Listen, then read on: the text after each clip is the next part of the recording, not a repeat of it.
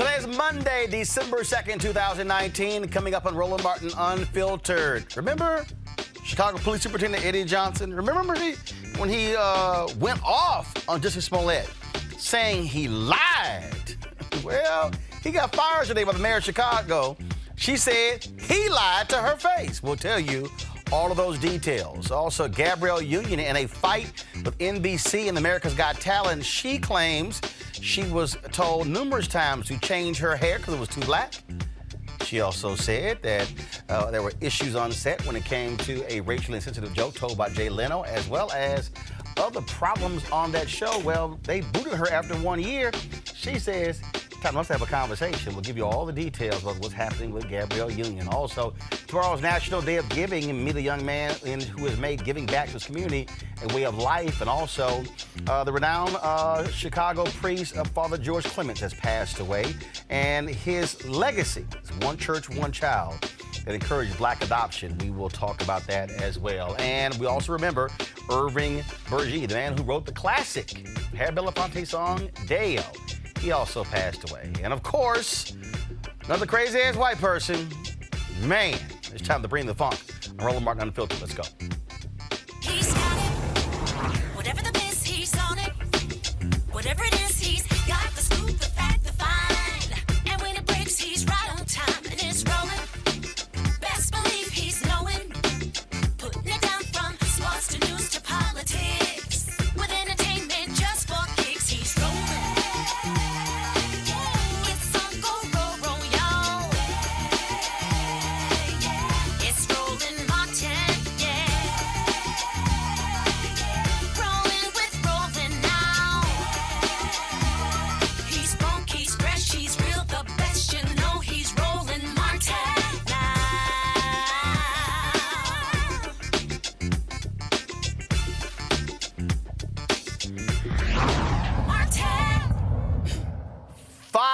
That was the word today from Chicago Mayor Lori Lightfoot when it applies to Police Superintendent Eddie Johnson. He was supposed to retire at the end of the year. This whole thing was set up. She said, oh, hell no. She came out today hot in a news conference in the Windy City. Check this out. Good morning, everyone. Today I'm announcing that I terminated Eddie Johnson's employment as superintendent of the Chicago Police Department for cause effective immediately. Upon reviewing the materials as to Eddie Johnson of the Inspector General's ongoing investigation regarding the events of October 16th and early morning hours of October 17th and thereafter, it has become clear that Mr. Johnson engaged in a series of actions that are intolerable for any leader in a position of trust, particularly the head of the Chicago Police Department. This is obviously not a decision that I entered into lightly. However, the circumstances demanded these actions. There are three reasons for this decision. First, the finding of the Inspector General's report regarding Mr. Johnson, which I recently reviewed, makes clear that Eddie Johnson engaged in conduct that is not only unbecoming, but demonstrated a series of ethical lapses and flawed decision-making that is inconsistent with having the privilege of leading the Chicago Police Department. Second, Johnson intentionally misled the public in a press conference he called on October 17, 2019. He was not caught off guard, and he had plenty of time to choose his words.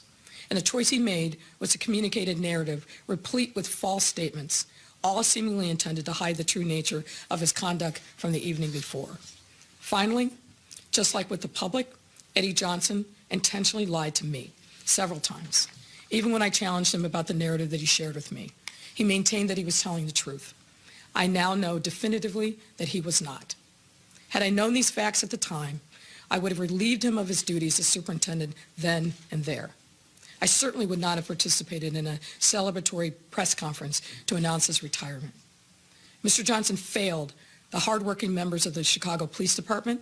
He intentionally misled the people of Chicago, and he intentionally misled me. None of that is acceptable. This moment needs to be a turning point for the Chicago Police Department, the way things are done in this city. As for the department, yesterday, today, and tomorrow has to be about culture change. That must start at the top. That hard but important work is impossible without strong leadership focused on integrity, honesty, legitimacy, and accountability. Time and again, line police officers are held accountable for their actions, but their supervisors get a pass, even when the supervisors were aware of or directed the conduct at issue. Perhaps in years past, someone in Mr. Johnson's circumstances would have been allowed to simply retire. Doing so today, in these circumstances, would have been inconsistent with who I am and with the kind of principled leadership I want to bring to the city. None of us are perfect, and we all make mistakes. But in public life, we must be honest and accountable for our actions and must strive to do better every day. When there are ethical lapses in judgment, particularly in a position of trust like the superintendent of police, then it is incumbent upon me and all of us to ensure accountability. That's why I decided to take this clear and decisive action today. The old Chicago way must give way to the new reality. Ethical leadership, integrity, accountability, legitimacy, and yes, honesty must be the hallmarks of city government. There must be no mistake about the message I am sending today. The 13,400 sworn and the civilian members of the Chicago Police Department who work hard every day deserve a leader they can believe in. And to achieve the reform and accountability in the department that we know is urgently needed, we require a leader whose actions reflect the virtues of integrity, honor, and legitimacy, the touchstones of what it takes to have the privilege of being a Chicago police officer. I am confident that the interim Superintendent Beck is such a leader, and that both he and the eventual permanent superintendent will serve with honor. All right, folks, for more details, we're joined by Brandon Pope, reporter and anchor for WCIU-TV in Chicago. Brandon, glad to have you here. First of all, here's what's strange. So you have the Inspector General's report, but the mayor would not release the details, what was in that report. She said she wanted to spare the superintendent's wife and children. That even raises additional questions.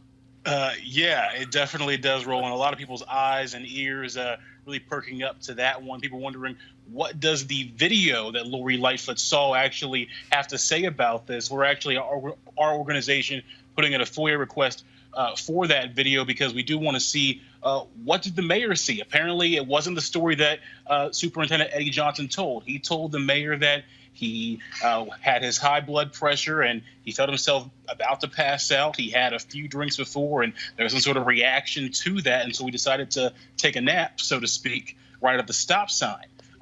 Apparently that is not the case at all. And of course, a lot of people had their doubts already about that, especially with no breathalyzer test taken at the scene. But now we have more questions than answers right now. And we're looking forward to seeing what that IG report has to say and also what the video actually shows. But it's going to be interesting. People are talking here in Chicago, a lot of speculation about this being a situation that could damage Eddie Johnson's family. Who was he with? That's the question. Yeah, so again, this was the quote. While at some point the Inspector General's report may become public and those details may be revealed, I don't think it's appropriate or fair to Mr. Johnson's wife or children to do so at this time. I hope we can all take care to treat them with dignity and respect.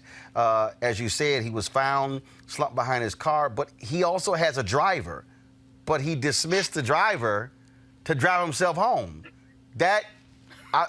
I mean, that makes no sense, because if you were having an issue with your health or a reaction to medicine or things along those lines, you have a driver. Yeah. You know what also doesn't make sense, Roland? This situation happened around 12:35 a.m. Eddie Johnson said he was very tired that night, said he had a dinner engagement he was at. What dinner engagement goes past midnight? That's a question that raises a lot of flags right there. So the whole situation as it lined up just didn't look right from the beginning. The mayor saying that Eddie Johnson only lied to her, but also lied to the people of Chicago when he held a press conference trying to clear up details on this himself. And so, it's murky territory. And you mentioned Jussie Smollett earlier. It's interesting that CPD came so hard after Jussie Smollett, talking about him lying to the people of Chicago. And now you have Chicago's own mayor saying that the superintendent of police of the city is now lying to the city of Chicago. But see, this is not the Chicago police. This was Eddie Johnson.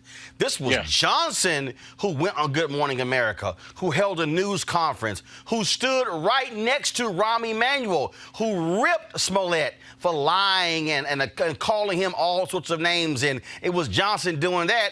Here you have a pissed off mayor. I mean, she was pissed. See, for her to come out there and say she could have easily chilled 3 weeks from now, fine, because the deal is, what? I think he fully vested like in April. Then it got moved up to the end of the year. And then she's like, nah, we ain't waiting 3 more weeks. His ass gone right now. Clearly, she's also pissed that she stood at a news conference celebrating him. And then when she finds out something else, she's like, no. I got to tag his ass right now. You know, Lori Lightfoot, like anyone, does not like to get played. And honestly, I think anybody who has a work situation could relate to this. If you lie to your boss, especially in something that deals with alcohol, they stand by you, they take your word for it, and then it comes around that may not be the case at all, then yeah, you're not going to keep that job. That's just the way it goes. And so, you know, we still have not heard from Eddie Johnson, heard his side of the story. Certainly, he will say something at some point. He can't disappear in a city like Chicago. So we're going to hear his side of things for sure. But yeah, it's quite a turn of events going from what we saw with Jussie Smollett and him, like you said, on all these networks, front and center. Talking about lies being told about the city of Chicago and people lying about the city of Chicago and lying to people in Chicago. And here we have the situation which, you know, the mayor talking about integrity in the police department. She's trying to send a message here that nothing is going to fly. You mentioned his retirement benefits as well. Some sources saying that he may be able to keep his retirement benefits, even though this did happen just a few weeks before the benefits would have kicked in. We're still waiting to see what happens with that, but just a wild turn of events, Roland. And again, folks, y'all might remember, first of all, go to my iPad. This was Eddie Johnson, okay, trash to Jussie Smollett. This announcement today recognizes that Empire actor Jussie Smollett took advantage of the pain and anger of racism to promote his career. I'm left hanging my head and asking why. Why would anyone, especially an African-American man, use the symbolism of a noose to make false accusations? How could someone look at the hatred and suffering associated with that symbol and see an opportunity to manipulate that symbol to further his own public profile?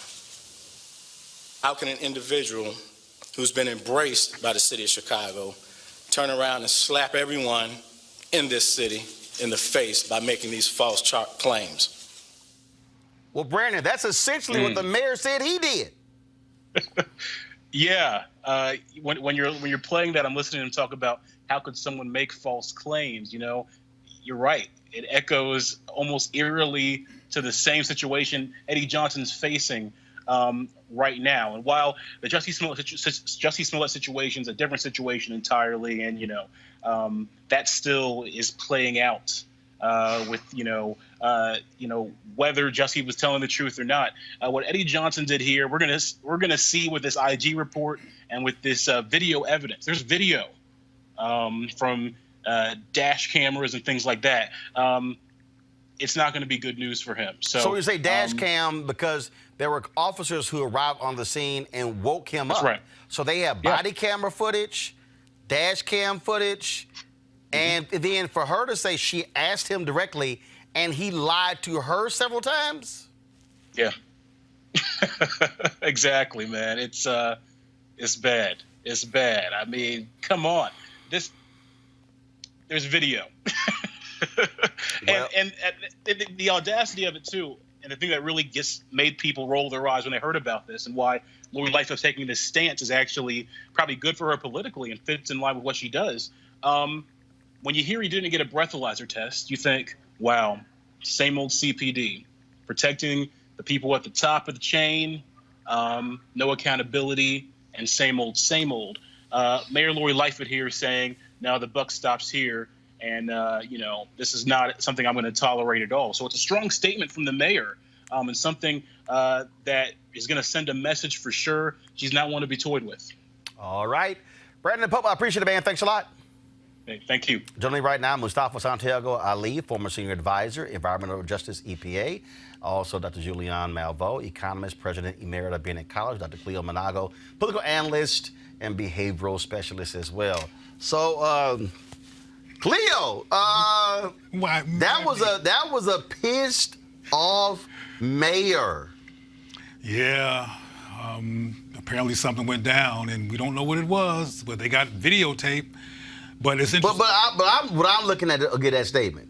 You looking at what? The statement she made about the wife and the kids. Who made the statement about the wife and the kids? No, the mayor. Oh, that it might affect them. See, but I ain't saying what I think it is, but when that kind of statement is made, that ain't alcohol. Go ahead. Yeah, well, I don't know what it is, but I think it's peculiar, though there's a central theme called lying that hasn't been associated with Jussie Smollett's incident, but as he said, it's two different incidences. And lying might be part of it's in the water or something, I guess, in Chicago. But Julian, the thing is here, again, those are two separate situations. Yes. But the reality is this man found slumped over, next day has his big old news conference, lays out, health, I welcome an internal investigation, then all of a sudden he's gonna retire, he's fed it, folks there, she's there, then all of a sudden she found out what the real deal was. She's like, yeah, your ass got to go today. Brother man got busted. Remember how bad it was, not just today. The former police chief of LA, Beck, she said he on a plane right now. Damn. Yep. She said he on a plane right now, will be here later today. He's going to serve as the interim superintendent while they find a person. They ain't even wait. She put I need your ass to fly to Chicago right now. Bruh. Now. Cleo, she said he on the plane right now. Damn, she ain't playing. Well, no, she ain't playing. and she when she campaigned, talked about new standards for the Chicago Police Department. So she's imposing those. This is tragic, but the brother set himself up. I don't know what happened, but he set himself up. Yeah. Well, did he? Yeah, he did. I mean, did he get caught on purpose? But I'm sure he didn't get caught on purpose. Don't nobody get caught on purpose. I'm sure he didn't get caught on purpose, but you ain't found slumped behind no steering wheel. If you your have car after you dismiss your driver. If you have a driver near your crib, use your driver. Yeah. If you have or take an Uber. That's real Goodness. suspicious. I mean, no, don't take a Uber. No, you got a driver. But again, what I'm still stuck on, and I'm sorry, you sat there and you talked a whole bunch of ish, Mustafa. I mean, he went on every network dogging Jussie. Mm-hmm. I bet Jussie right now is singing at home. well, he's certainly cracking up. Mustafa. The words matter. I used to write speeches for senior officials. I think we should pay attention to some of the other words that's inside of there. Because the mayor said a couple of times a series of events. And I don't know if people are paying attention to that. Yeah, I heard her. So that means that there's more going on in this space than probably we're aware of. And that may mean that, some of those behaviors have been repeating themselves over and over again. So it'll be interesting, one, to see the tape that comes out, and two, to see what the IG has said as well. So you think he might have a man on the side? I don't know what he got. Leo. I say that because I don't make heterosexual assumptions. Who knows? All I know is this was the official statement she released. Upon a thorough review, y'all on my iPad, of the materials of the Inspector General's ongoing investigation, it has become clear that Mr. Johnson engaged in a series of ethical lapses that are intolerable. Mr. Johnson was intentionally dishonest with me and communicated a narrative replete with false statements regarding material aspects of the incident that happened in the early morning hours of October 17th. Had I known all the facts at the time, I would have relieved him of his duties as superintendent then and there. Sister is totally. I told she pissed. She definitely ticked off, but she handled it very well. She did. She handled it well.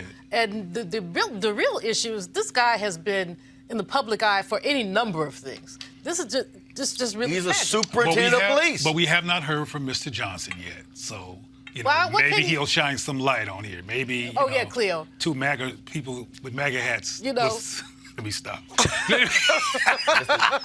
Mr. Johnson ain't saying nothing. And I We don't need to think hear he from will. him, no. I don't think he is going to say it. Mr. Johnson ain't gonna be saying nothing. You don't think so? No. No, I think his best bet is to lay low. Just lay low. All right. We well, got 3 hopefully- weeks, so. Hopefully we'll find out exactly what happens. All right, folks, got to go to a break. We come back. We'll talk about another pissed off black woman, Gabrielle Union, lighting up America's Got Talent in NBC. I'll explain when we come back. Roland Martin Unfiltered. You want to check out Roland Martin Unfiltered? YouTube.com/Roland S. Martin. And subscribe to our YouTube channel. There's only one daily digital show out here that keeps it black and keep it real. It's Roland Martin Unfiltered. See that name right there? Roland Martin Unfiltered. Like, share, and subscribe to our YouTube channel. That's youtube.com/Roland S. Martin. And don't forget to turn on your notifications so when we go live, you'll know it. All right, folks, as the marijuana momentum continues, our folks and friends at marijuanastop.org have already reached more than half of their funding goal for the hemp CBD investment. That's right. If you want to take advantage of this great opportunity, you need to do it now because it won't last much longer. If you don't know, I'm talking about the hemp plant, the good cousin to marijuana with a much higher concentration of CBD. That means hemp gives you all the medical benefits of marijuana without getting you high. Also, if you don't know, hemp farming is now legal in the United States, creating one of the largest commodities worldwide. It's an incredible investment opportunity, and that's where the folks at 420 Real Estate come in. Their business model is very simple. They buy land that supports hemp CBD grow operations and lease it to licensed, high-paying tenants. That's right, they are hemp CBD landlords, and you can get in on the action. Now, as hemp continues to change the economic landscape, 420 Real Estate is allowing you to chase the American dream. The best part is right now you can invest in this crowdfunding campaign for as little as $200. That's right, $200 up to $10,000. Do it now before the fund is closed. To invest, go to marijuanastock.org. That's marijuanastock.org to get in the game and get in the game now. All right, folks, November 22nd, Gabrielle Union was announced that she was leaving as one of the judges on the hit NBC show, America's Got Talent. A few days later, the folks who produced the show, Fremantle, released a statement that's saying that they believe in diversity and inclusion, but also they always switch out judges to sort of refresh, if you will. Here's the problem. This show has been around like 15 years. Simon Cowell has never been switched out. Howie Mandel has been on the show a decade. The only people who keep getting switched out are the women. Now, they announced that Gabrielle Union and Juliana Hough, they were actually going to be removed. Now, the show reportedly was paying Gabrielle Union $12 million a year. She had a 3-year contract, but it was a series of 1-year contracts. And so this all came about after she said, first of all, not in court, first of all, based upon sources, she has not publicly commented on the record, but sources say that she complained about getting excessive notes, that her and Huff, excessive notes from execs about their appearances, about their hair, that her changing hairstyles were too black, if you will. Also, there was a particular black act that was on the show that she felt was really worthy of it. But then she was told by producers that, well, America would really get it behind another group a lot easier that they were white than this black act. And also, she complained about smoking by Simon Cowell. It's supposed to be illegal, smoking in buildings, but nobody wanted to tell Simon to stop smoking because it was his company. And she was like, damn, that smoke's coming down the hall. So these are all these allegations. She says also that Jay Leno told what she felt was a racially insensitive joke. They showed this picture of Simon and his 4 dogs, I think, and he said, wow, it looks like a photo outside of a Korean restaurant. She said that ticked off some of the staffers who were Asian on the show, and she said folks should go to HR to complain. According to various sources who's talked to Variety, The Hollywood Reporter, but also Huffington Post, they said that she encouraged folks to go to HR, but that Kyle was upset with her saying, don't go to HR, come to me with your issues. Yeah. All this has been going on, and what has happened is that other people have come to her aid. So, for instance, first of all, Huff is like, yo, I'm good, nothing happened to me, because she also has a couple of other shows she's working on for NBC. She's also going to be returning for another season of America's Got Talent, The Champions, which is going to premiere in January. And so all of these things that have been going on, and again, lots and lots of drama here. And so the statements that were also released, I thought were quite interesting, because Fremantle released another statement. Fremantle is a company that produces America's Got Talent. I mean, y'all all remember this is the same show Nick Cannon left because he said NBC didn't like him telling a particular joke on his comedy special. So Fremantle released a statement on yesterday, November 26th, saying they take diversity seriously, and they were getting with Gabrielle and her reps to better understand the issues that she raised. So let me deconstruct this, if you will. So you release a statement to say you were trying to get a better handle of what Gabrielle was stating. So that says to me two things. One, either she never said anything, or two, somebody lying. Because see, if she had taken these complaints to somebody on the show or the NBC human HR department, human resources, there should be documentation. There should be notes. There should be a meeting. There should be evidence of these complaints. And if there's evidence of the complaints, then there has to be evidence that shows something was either done or would likely happen, because it involves the show of a huge talent in Simon Cowell. Remember, American Idol? They didn't want to go down that path. I reached out to somebody at NBC today, and I was told that they are hiring outside counsel. They're going to be meeting with Gabrielle and her lawyers to also better understand these issues. See, here's what I really think is going on here. I think what's really going on is that Gabrielle Union is not a compliant Negro. Let me say that again. She's not a compliant Negro. Now, I don't use that phrase all the time, but I'm using it within the context of this because what happens a lot of times in these mainstream media, largely white environments, black people are expected to be quiet and just shut up and take whatever is given. See, the reason this is so significant is because she was a popular judge. We're living in a world where social media and your metrics are judged by that. First of all, Simon doesn't tweet or post. Howie barely does. Gabrielle's numbers, her social media numbers, more than all the other judges combined. Her social media metrics, crazy. Her husband, Dwayne Wade, said, first of all, he said she was fired. He says that her presence was a large reason why a whole new audience began to watch the show because of the flavor she brought to the show. So as you begin to unpack these things, when you hear this whole issue about hair, remember, this is the same state that passed a bill signed into law by the governor that forbids hair discrimination, which would apply to this show and NBC and America's Got Talent. Why? Because the show was shot in Los Angeles. But the reason I say this is this whole notion of not being a compliant Negro is because Gabrielle was supposed to just shut up and move along. Just move along. Look, you got 12 million, just move along. She's like, oh, no, hell no. Because what's right is right and what's wrong is wrong and what's fair is fair. And so by her making it clear what happened, it now is forcing a different conversation.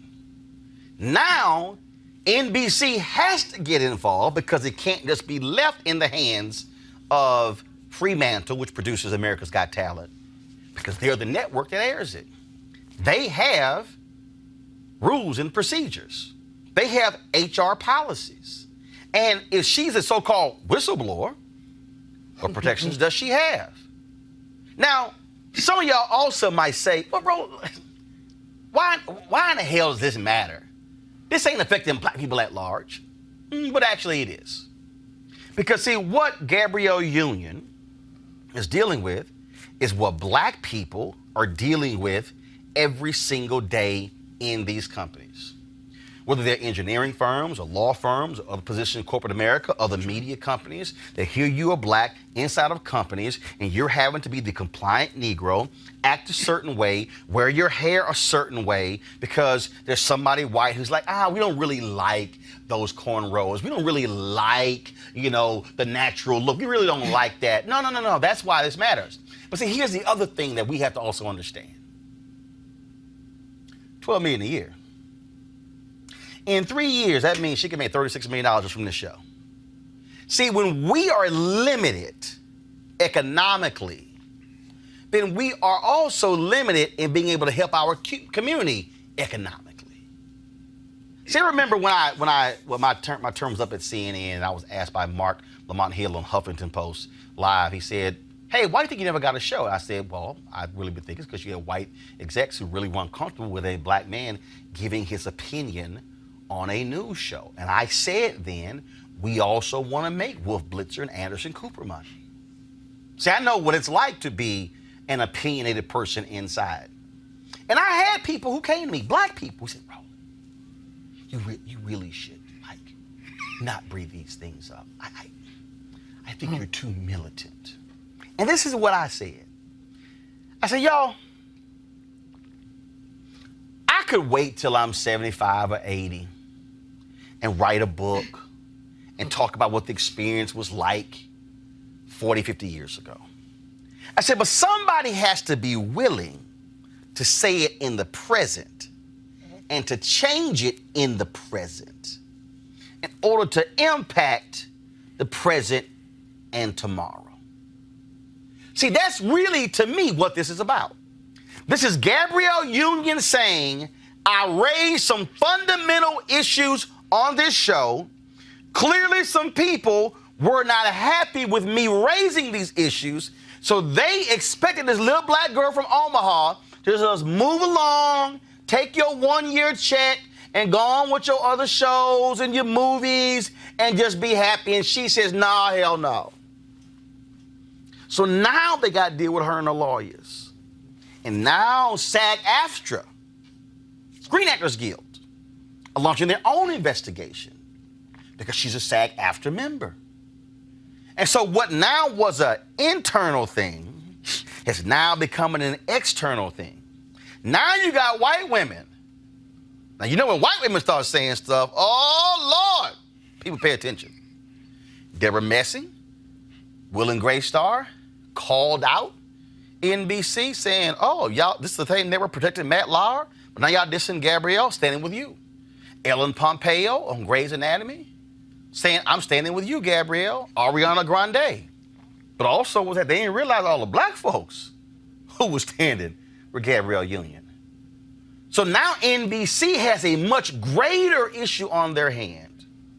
And so I'm thankful that Gabrielle, someone who I know very well, who's a wonderful sister, not just a great actress, but just as a wonderful, kind-hearted sister who is taking a stand saying, no, this stuff has to be addressed. Because very few of us are in position to use our voice and not be canceled and not be whiteballed and not be denied opportunities. See, that's the other piece. Gabrielle has the advantage of being a successful actress, having her own clothing line, being married to retired star Dwayne Wade, that she ain't sitting here going, oh, Lord, where my next check coming from? That's why we got to have more people who have courage. See, I told y'all, I can't stand parking lot militants. I can't stand the people who, when they in the parking lot talking about what's going down and they ain't, and this wrong and this wrong and this wrong, yet when you go inside, they don't say nothing. You the only person speaking up. You're the only person challenging people in the office. You're the only person questioning what's going on. That's why this matters. So absolutely, I stand with Gabrielle Union. I was texting her earlier, telling her, sister, we with you. Because what she is addressing is what black women are dealing with, black women who are TV anchors, black women who are actresses, the crap that Viola Davis has had to deal with. All of these things, they're dealing with because now we are in a position where black folks have platforms, where we have now more of us in these places who can now amplify these stories, more of us who can put this on Front Street and don't have to apologize. So when execs like at NBC start getting emails from folks like me, they realize, they paying attention. When black people on Twitter are talking about these things. See, this thing goes, and I'm trying to help you out, goes way, way deeper than just what's happening with Gabrielle Union. We have this segment called Crazy Ass White People. And I had black people hit me up, man, why you call it that? Because it's some crazy ass white people. Because there are white people in America right now who are stopping black folks from leaving the buildings where they live. We're going to show y'all a video later. Black man delivering packages for UPS and the white woman challenging whether or not he actually works at UPS. Black people are having to deal with stuff that other folk aren't having to deal with. And so don't just assume that this is just one of those stories you can ignore and it's really no big deal. No, it goes much deeper than that. And that's why it's important. And that's why we want to talk about it. And that's why I had this commentary this morning, Tom during the morning show. And that's why we're discussing it now, because it matters. And Julian, again, if we dismiss this as just an entertainment story, we lose sight that this is literally happening to black women and black men in companies all across America where they want us to just shut up, take it, and go home, or lead a company and don't say nothing. And conform, to conform. They have a look that they want. They have a, just a metric. So they want us to conform. I really appreciate Gabrielle Union because she's really raising a lot of issues in terms of the intersection between race and gender. I really appreciate the fact, how does someone tell you your hair is too black? What is too black? I mean, that's an absurd statement. You're too black. Has anybody ever told somebody they were too white? No. So, the too black. You're right, Roland. This is economic discrimination. Sister was going to make 3 times what she made in the 1 year. Right. And she a 3-year deal. That's $36 million. She had a contract, but they let her go for some specious reasons, talking about, well, we mix it up all the time. No, you don't mix it up all the time. First of all, you don't switch them off to 1 year. Come on. And the other thing is a smoking issue. I mean, in California, you cannot smoke in the workplace. Here, we in D.C. And look, I'm allergic to smoke. I worked at a radio station in Dallas, longtime DJ, Cousin Lenny. Man, he smoked like a smokestack, knocked me off the air for a whole week. I went to the general manager, like, say, player, either he gonna stop smoking or I ain't walking into that control room. It's a health issue. It absolutely is. But according to sources, that Simon, can't nobody tell Simon what to do. He all-powerful Simon Cowell, so just, girl, be quiet, just let him smoke.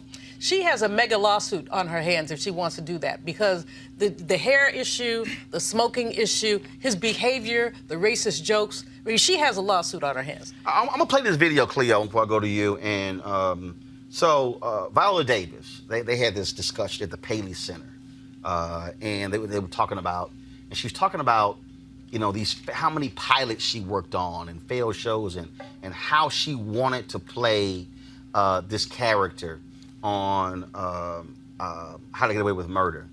But it also is a peak, and she's talked about this before, in terms of what the reality is like for a black woman in Hollywood. I want y'all to listen to this. We're going to come back to Cleo on this one here. I had decided never to do TV ever again after I did it. I've done 9 failed TV pilots. Wow. Really? Yeah. 9 failed TV. And the last one I did, I worked an average of 21-hour days. So I said, and I had to drive 53 miles one way to work. El Segundo Studios, so I was like, fuck no, I'm not doing that. But then Shonda called, and at first, you know, this number one call sheet, so. Don't feel bad. It was not written for an African American specifically. So I think they went out to Diane Lane, Jennifer Connelly, and they wanted to screen test me. Not us. Not you. Not you, not Pete, not this extraordinary man right here who I love more than anything on the earth. But they wanted to screen test, the network wanted to screen test me, but my manager resisted. And I was a little resistant because I said sexualized sociopathic. I mean, I'm used to wearing aprons and holding babies. But I remember I finally signed on after I spoke to, I don't know if you were on the phone, and Betsy Beers and Shonda Rhimes. I was just saying, like, yeah, because I said I want to be a real woman. Yeah. If I could be a real woman, if I don't have to walk around in heels, because I know y'all talk about me walking in my heels. And that's a little fucked up of y'all. But I said, but then and after that, I said yes, and it totally changed my life. You also said one other thing. Oh shit. It was a very short call, which I love. It's like, oh, she's direct, she's efficient. Mm-hmm. You said you wanted to take off your wig. Yep, because I said if I take off my wig, then you have to deal with that shit that you see underneath it. Then you have to write that, not write the, you know, the tight ass and, you know, the sex scenes or whatever. You have to write a real woman. And Pete said, oh yeah, we could do that. And so I had no idea what it would mean. This is the reality that black women got to deal with in Hollywood, but also beyond Hollywood. I'm still getting used to the linguistic richness of being unfiltered, Roland. Well, that's why the show called Unfiltered. Because in the words of Tyler Perry, I own this shit. Go ahead. Well, there's a few things I want to mention. I'll be short. One is that I hope that Miss Union is inspiring other black people to come out of the white accommodationist closet and be black and real. Because not only does this hurt people's career, it hurt people psychologically. Even if they look successful to us, a lot of people under their skin are hurting because they didn't get to be black and be who they fully are because they're trying to keep a big paycheck.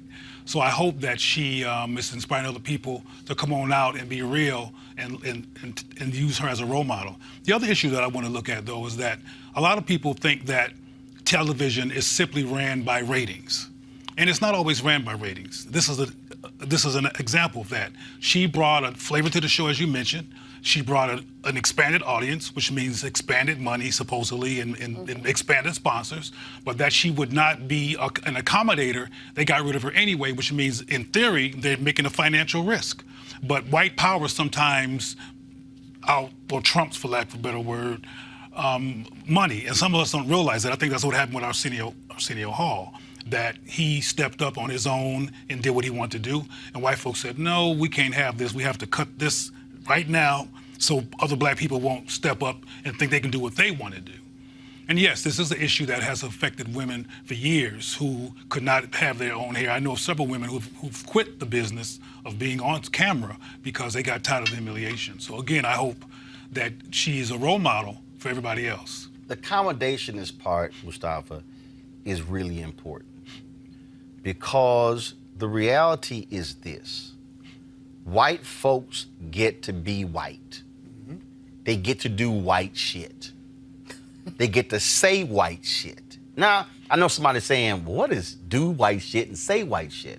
But the reality is, we have always had to temper. We've always had, okay, no, we've got to change our attire, change what we say, change how we say it, all those things, because we have to make somebody else comfortable. Damn the fact that the audience sees it as one way. See, I've been there. See, all these black folks, see, I get a kick out of black folks today who turn on MSNBC, and when they see Joanne Reed and they see, turn over to CNN and see Angela Rye and see all these people. I remember when there were only two of us. And I remember the conversations. when I got pulled aside, we need you to smile more because you're coming across as too angry. I said, look, if I smile anymore, it's going to be a damn minstrel show. That was a real conversation I had to have with somebody at CNN. When I was literally, they almost chastised me for thinking while black. Because we were in a meeting, and what happens is, like, if we're sitting here talking about some ideas, a lot of times when I'm visualizing, I'll be sitting here, I might be looking off and have a look at my face, and they call me, that was really unsettling because you were angry. I was like, oh, hell no. I said, wait a minute. I was thinking while black? I said, no, we ain't having this damn conversation. That's literally what I said. And so, folk don't know what other folks went through to make it easier for the folk today to do them. Exactly. And that's why this thing matters. Yeah, I mean, everybody's hit some of the major points. Here's the other part. As we talk about on this show all the time, you got to own your own stuff. So then you don't have to deal with some of this foolishness. But that's just one side of the coin. Let's flip the other side of the coin over and let's realize the power that we actually have. And it was mentioned earlier about the sponsors. So folks should be reaching out to the sponsors who help to support this show and let them know what their feelings are about this, because that's where a lot of power is also. Yes, Simon Cowell has an incredible amount of power. Let's not get it twisted. We've seen how that plays out in Hollywood in relationship to women. But you also have power. So if you let those sponsors know this is not something that you are comfortable with and you will no longer purchase their products, it'll change some things. Well, and I think that, and obviously, first of all, that's a strategy that's involved with that. I think what's going to happen is we'll see these meetings take place. There will be stories discussing this, what comes out of this. Because it's now public, they're going to actually have to publicly make some statements about what happened, how will things be fixed. But I just want people to understand that the reason we talk about a lot of these stories and bring attention to them, and even this is the case of an actress, folks have to understand that, and this is and people don't, if you've never been in a situation, you don't understand it. I mean, I remember there were times when other people who had lower profiles at CNN couldn't say nothing. But I could. And see, I could have easily been like some folk, like, that ain't my problem. Right. But no, because see, there's responsibility that comes when you have power, when you have influence, when you have stature, when you're able to bring it to the table. And that's why I think it's wasted opportunity. If you are African American and you're working at an ESPN or Fox Sports or CBS or an ABC or an NBC or Fox or any of these media companies, or if you're working at a law firm or you're working at a major corporation, and you actually have the ability to shift a dialogue or move a conversation or call some folks out because you've amassed this level of credibility and power, and you don't do a damn thing with it. That, to me, is what's also shameful, because it's not just about you. It is about who's walking through that door next. But let me add this. Hold on, Mustafa. Yeah. Then I'm going to come back to Cleo, then Julian. So you did some incredible reporting and a story that you did with Byron Allen not too long ago. And all those dynamics, it's about power and how it plays out. So we're seeing this happen in a number of different situations. We're also seeing people step up and live out their values. And that's what Gabrielle is doing. Cleo. I think it's important to reiterate that people are stepping up, and again, to affirm Gabrielle Union for what she's doing. But one thing I think is important to reiterate is that one of the things that gives white people the balls or the ovaries or whatever to tell black people that they're too black is accommodating black people. Yes. There's a culture after so many centuries of normalized apologizing for being black in the presence of white people. I have been to so many meetings where the people who are the most crazy toward me and the most reactionary to me are black people who are looking around, waiting to take care and save white folks. Do you understand that needs to be put up there as an issue that is primary for black people to unlearn and dismantle? One of the black folks came to me when I was at CNN, and one of the highest ranking blacks when I was at CNN had a conversation with another black person and said that there are good blacks and bad blacks. Yep. And this brother was black. And his brother told this person that Don Lemon was a good black. How he dressed and how he talked. He is. And then he said, Roland Martin's a bad black because he's too loud and he's too aggressive and how he dresses. And this same individual, and the whole time he was there, black, would never meet with me one-on-one. I could send an email to the worldwide CEO, Jim Walton. Matter of fact, I ain't got a say problem. Jim Walton, I could send an email to him and say, Jim, I'm coming to Atlanta. Can we meet? Roland, hit my secretary, would say, I could get a one-on-one meeting with the worldwide CEO, but the highest ranking black man would not meet with me one-on-one. I would say, well, I'm coming to New York.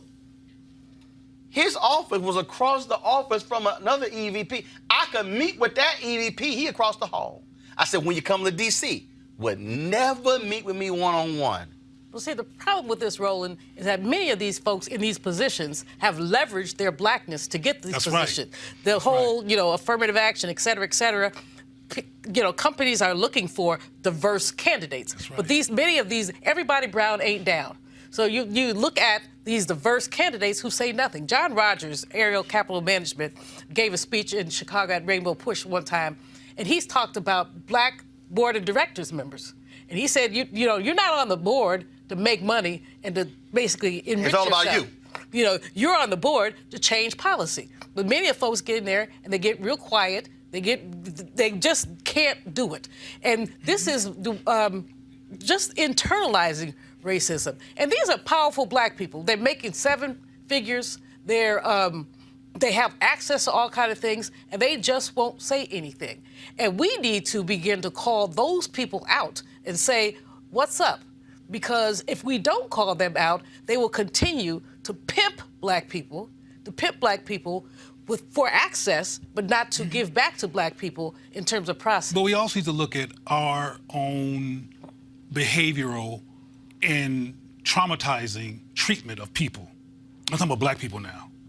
Because sometimes when we get mad at somebody who's dealing with a internalized white supremacy relapse issue, we get mad at them and attack them and never look at the larger system that creates this kind of mentality. It's not natural to second guess your worth and give somebody else privilege. That's a mental side effect of intergenerational oppression unresolved. And unfortunately, in so many cases, when we get mad at black people for acting like that, we jump on them and we could be very mean, and we just re-traumatize them instead of looking at them from a perspective of cause and effect and deflecting that self-hate. I've seen it too much. Go ahead.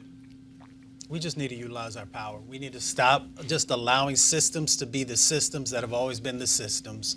And I actually believe that we can make change happen. We saw it a little bit in Hollywood when folks began to speak out about the Academy Awards and some of the other things. And it was just a small step. A little bit. But people began to engage in that process. I think this is the exact same thing where we've got to make sure that we're hitting on all levels. You're going to get, you got to hit on the legal aspect. You got to hold people accountable on the legal side.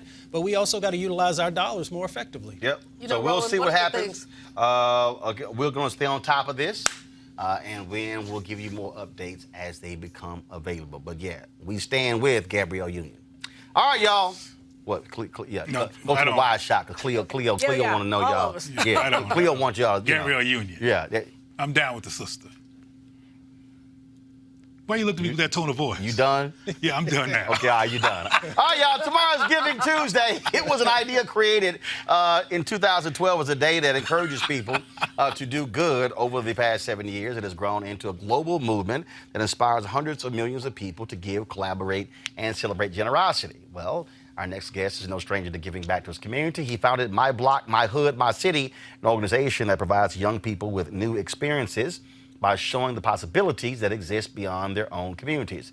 Joining me right now is Jamal Cole. Jamal, how you doing? I'm doing well. Thanks for asking. How you doing today, Roland? Doing great. So tell me what's happening there in Chicago. Giving Tuesday. Yeah, a lot of kids in Chicago have still never been downtown. They've never been to the lake. They see Lake Michigan. They say, what ocean is that? Kids in North Lawndale, there's 15 currency exchanges in the neighborhoods and no banks. So they don't know what kind of jobs exist at a bank. So at my block, my hood, my city, what we do is we take teenagers from these divested communities and we take them on educational field trips where we expose them to different cultures, different professions, different cuisines. And we also have them give back by volunteering at block clubs. One of the things we're doing right now is hanging holiday lights down Dr. Martin Luther King Jr. Drive. And so when you talk about that, because I lived in Chicago 6 years, and you're right, it's amazing the number of black kids, they are literally fish out of water if they come to downtown Chicago. Yeah, man, it is. It's a fish out of water experience. When you take them to a different community, they've never been on an elevator, they never waited for a taxi. Their whole worldview is shaped by the infrastructure of their neighborhood, and that can be tragic, man. I started my program from volunteering at Cook County Jail in 2013, and nobody in the jail had ever been downtown. Although you could see the Sears Tower from the jail, nobody had been there, and so I knew immediately that was tragic. And I wanted to start a program where I expose kids to things outside of their block and neighborhood and get them to take ownership of the city. And so what else? First of all, how can somebody else get involved to assist you in what you're doing? If any businesses would like to host our students, that would be great. They can do that at formyblock.org. That's our website, formyblock.org. I feel like our students deserve to be exposed to more opportunities than just playing basketball and rapping, because that's what everybody wants to do. And that's cool, but I want to expose them to, I heard the guy that cuts the field at Soldier Field gets paid $300,000 a year. How do you get that job? You know, how do you get work for the marketing department of the Bulls? There's so many different jobs that I want to expose kids to. So if any business wants to host our students, they can do so by getting in contact with us at formyblock.org. All right, then. We surely appreciate it. Good luck with that. And thanks for joining us. Thank you. Yep. All right, folks. Got to go to a break. We come back. Crazy-ass white people. Next on Roland Martin Unfiltered. You want to check out Roland Martin Unfiltered? YouTube.com/Roland S. Martin. And subscribe to our YouTube channel. There's only one daily digital show out here that keeps it black and keep it real. It's Roland Martin Unfiltered. See that name right there? Roland Martin Unfiltered. Like, share, and subscribe to our YouTube channel. That's YouTube.com/Roland S. Martin. And don't forget to turn on your notifications so when we go live, you'll know it. No charcoal grills are allowed. I'm white. I got you, huh? Illegally selling water without a permit On my property. Whoa! Hey! Give us your right. You don't live here. I'm uncomfortable. All right, folks. Over the holiday Thanksgiving weekend, black man trying just to do his job, delivering packages in Raleigh, North Carolina. And he had to roll up on a crazy-ass white woman. Are you guys movers? Don't worry about what we are. It doesn't. See, that's what I'm saying. Don't worry about that. You just came out your house, correct? Yes, because I heard a lot of noise. Okay, but listen though, I was here 10 minutes ago. If you would have came out 10 minutes ago, you would have seen us doing our job. Here, I'll get my video and I'll start videoing you as well. I'm about to go back to work. I'm just saying, this is how things happen in America today because of people like you. No, I was asking for identification. Now you're asking for identification. But who are you though? Are you the police? I'm not. So why do I have to identify myself to you? Because you're in my neighborhood. So now this is okay. Okay.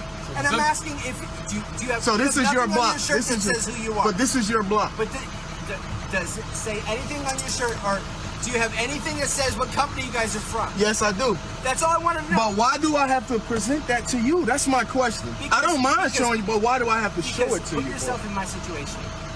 Okay, you hear a loud truck and you're like, what is going on? A loud truck in your neighborhood. It could be a mover. It could be UPS. It can be. I can be delivering appliances. But anything. A mover would have something on the side of its truck. No, not always. UPS would have something on the side of its truck. Okay. Every time. Okay.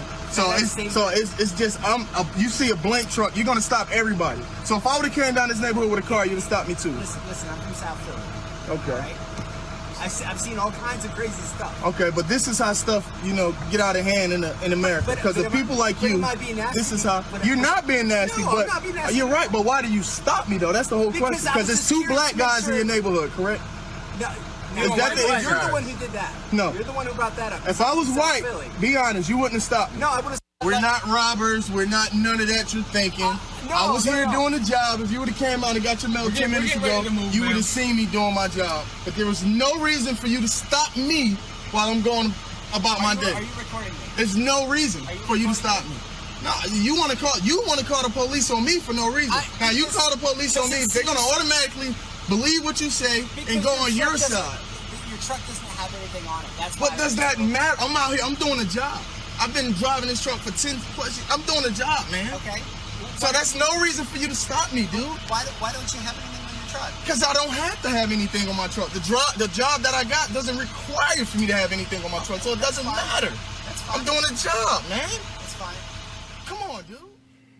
All right, first of all, y'all, we got so many crazy white people videos that the white woman and the UPS driver, hell, that's another video. I'm going to have that one tomorrow. But first of all, this is what I find to be interesting. Cleo, I'm going to go to you first.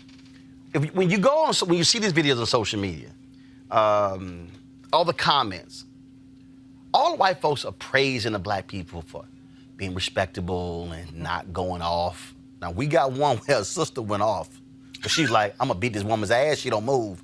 And I had no problem with her saying that. Because that's an issue right there, that we have to always be the ones who are respectable and, not really getting upset. But to me, that's a conversation that went 2 minutes and 55 seconds too long. Man, get your ass out the way. I got stuff to do. And if he got hit in the head with the door, he got hit in the head with the door.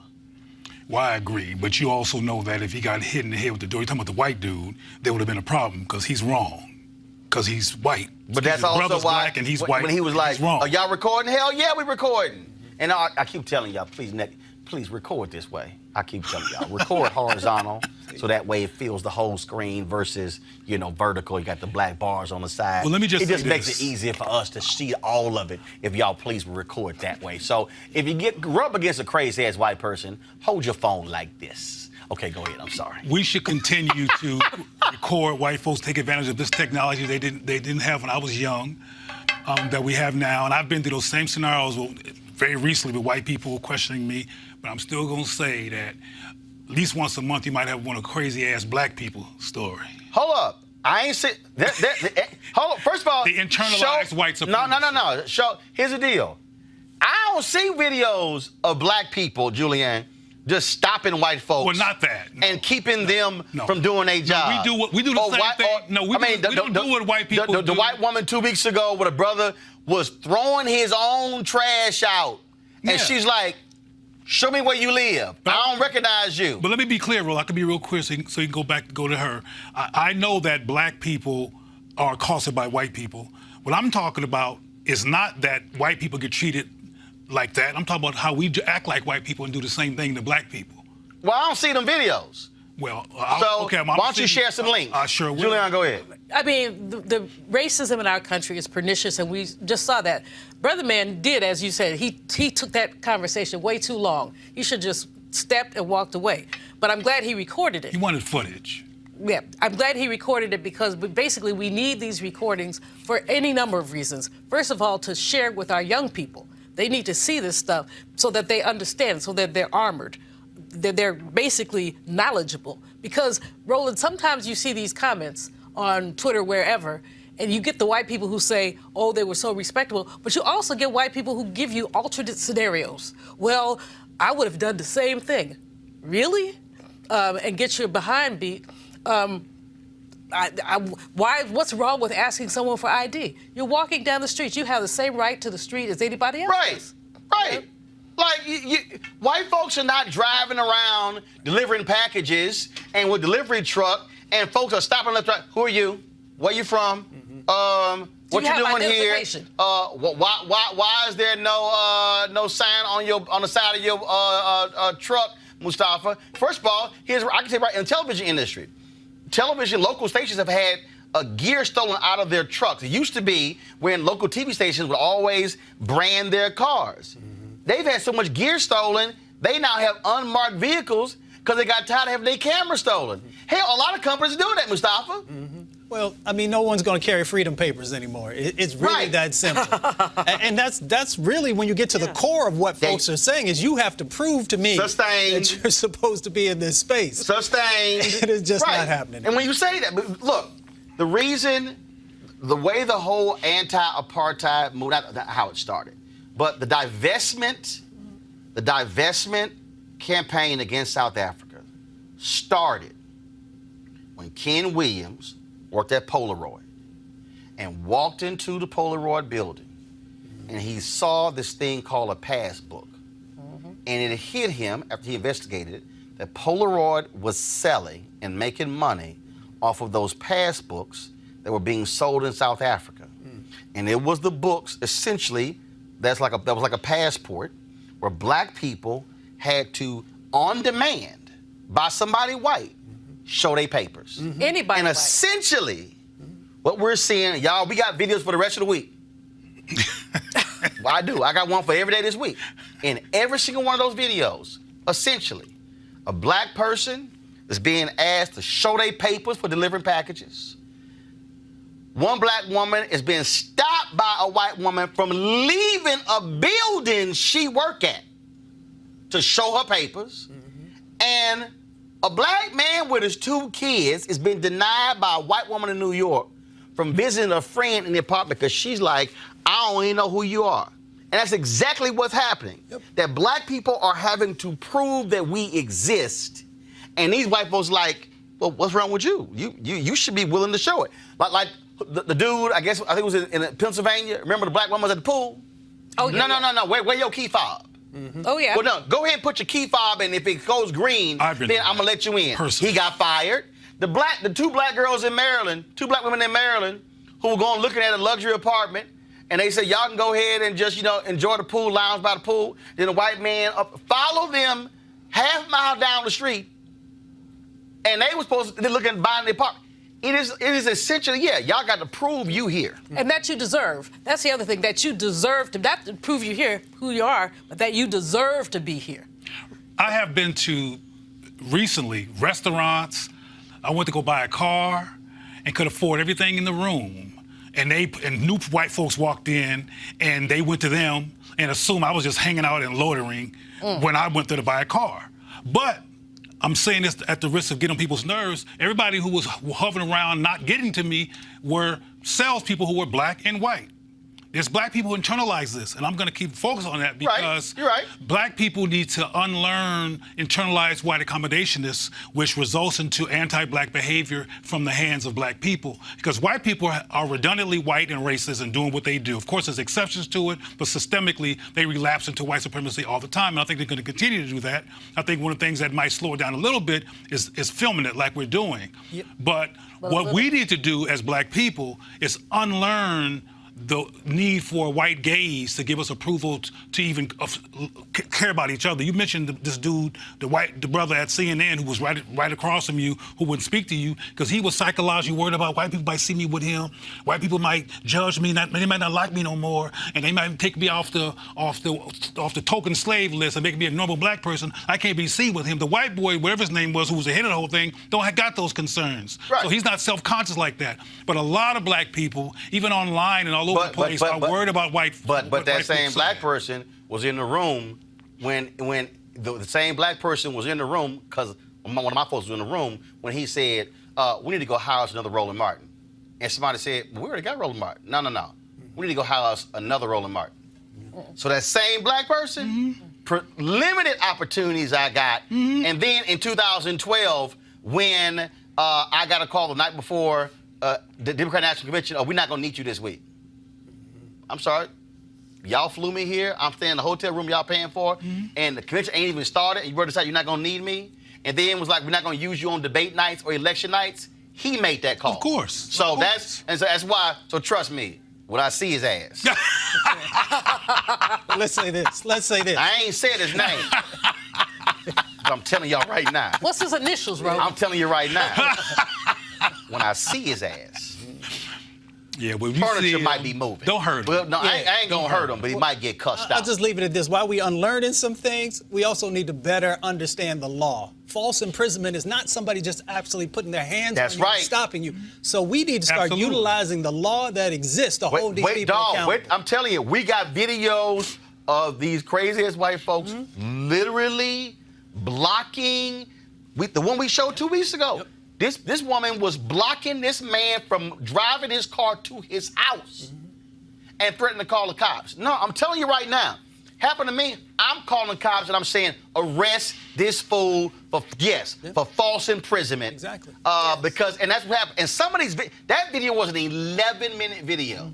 And people need to understand, these are black people going, catching hell, getting our blood pressure up, all of a sudden, all of that because some fool. And that's exactly what's happening. So, unfortunate. So, yeah, we got a few more this week. It's so many of them, y'all. It's a daily segment on Roland Martin Unfiltered. All right, y'all. Father George Clements, a longtime civil rights advocate from Chicago's South Side, was also known as the first Catholic priest to adopt a child, died last week at a hospital in Northwest Indiana. He was 87 years old. In 1945, Clements became the Archdiocese's first African-American graduate of Archbishop Quigley Preparatory Seminary. He was ordained as a priest in 1957 and went on to become the first black pastor at Holy Angels in 1969 in Chicago. He is most well known for launching the One Church, One Child program in 1980, which encouraged Catholic churches to find adoptive parents for orphan black children.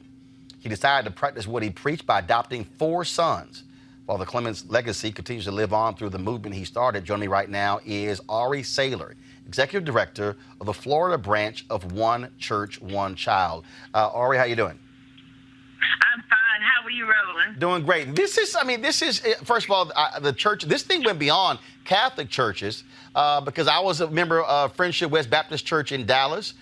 Freddie Haynes is pastor, where they had One Church, One Child program. I mean, Father Clements really raised the profile of the number of black kids out here who were being ignored by adoption agencies. And I remember it was after the Million Man March, Minister Farrakhan lauded the increase of black adoptions after this was highlighted then.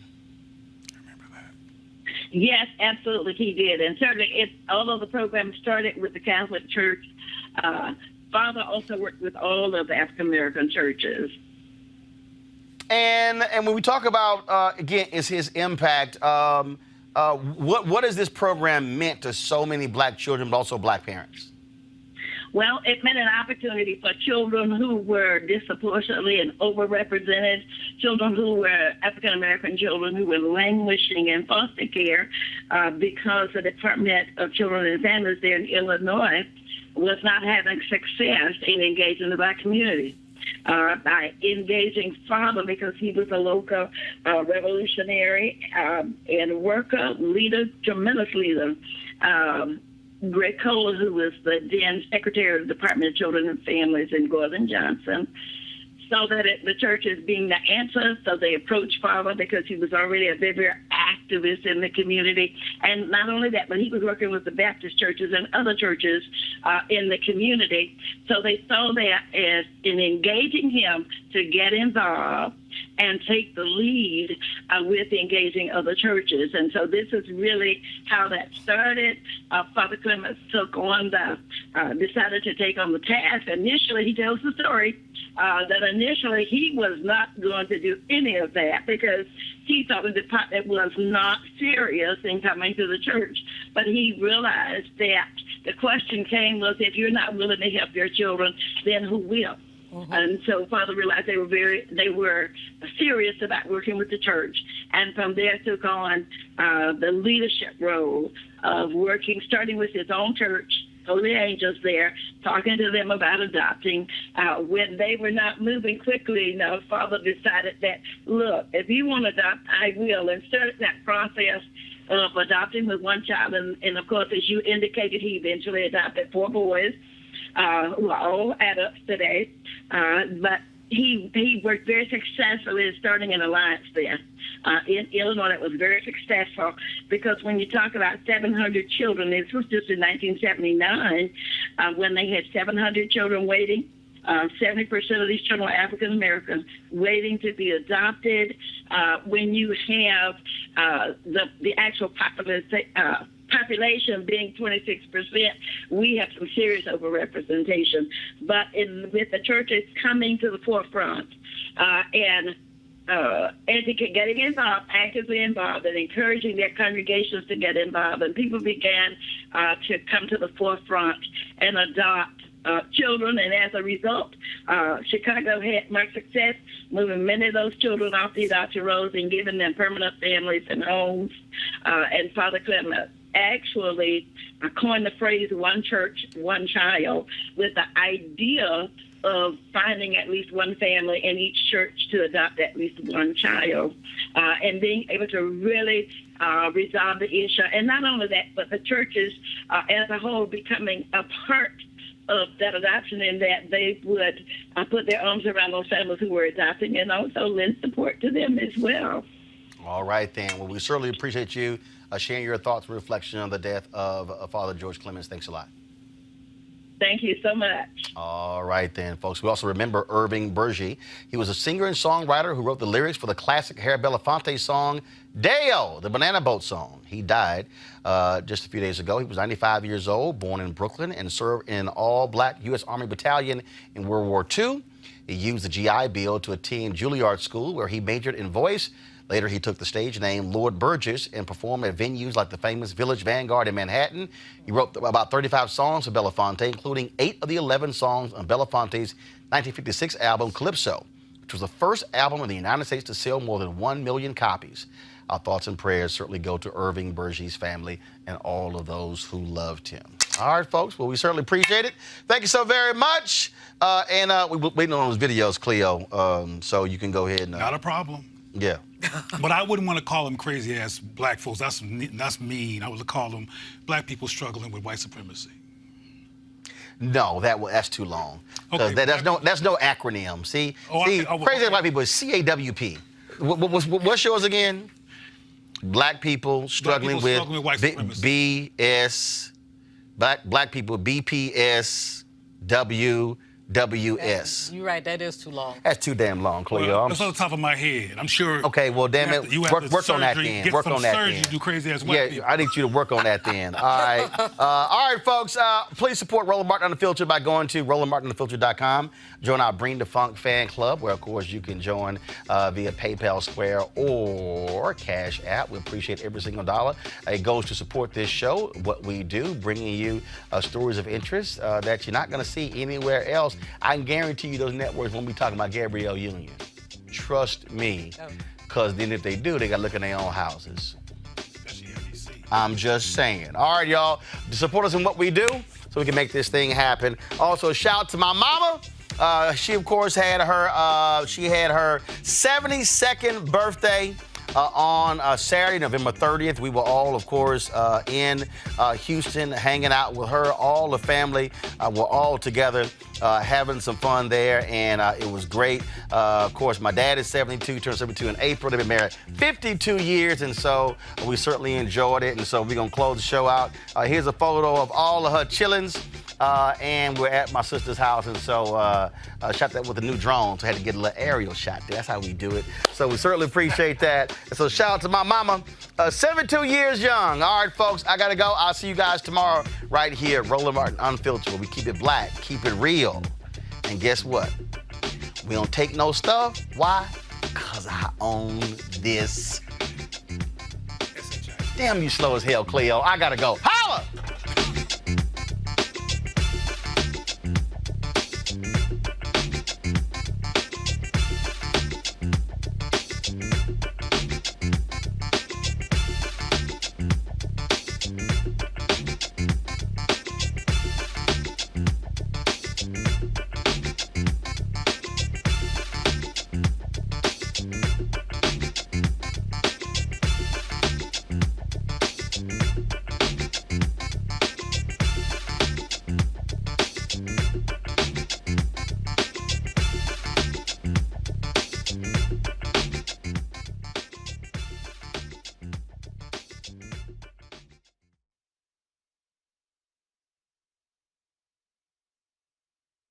You want to check out Roland Martin Unfiltered?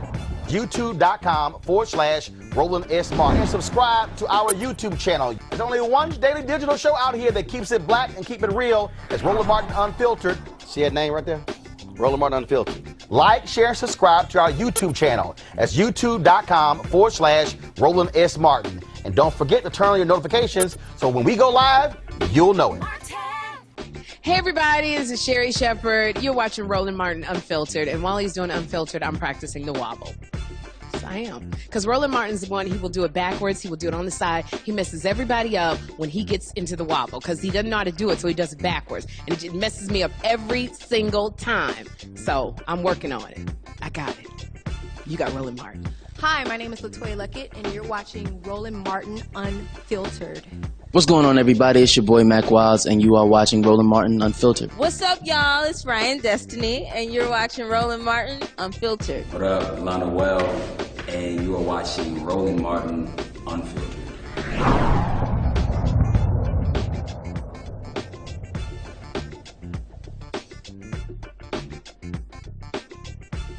You want to support Roland Martin Unfiltered? Be sure to join our Bring the Funk fan club. Every dollar that you give to us supports our daily digital show. There's only one daily digital show out here that keeps it black and keep it real as Roland Martin Unfiltered. Support the Roland Martin Unfiltered daily digital show by going to RolandMartinUnfiltered.com. Our goal is to get 20,000 of our fans contributing $50 each for the whole year. You can make this possible. RolandMartinUnfiltered.com.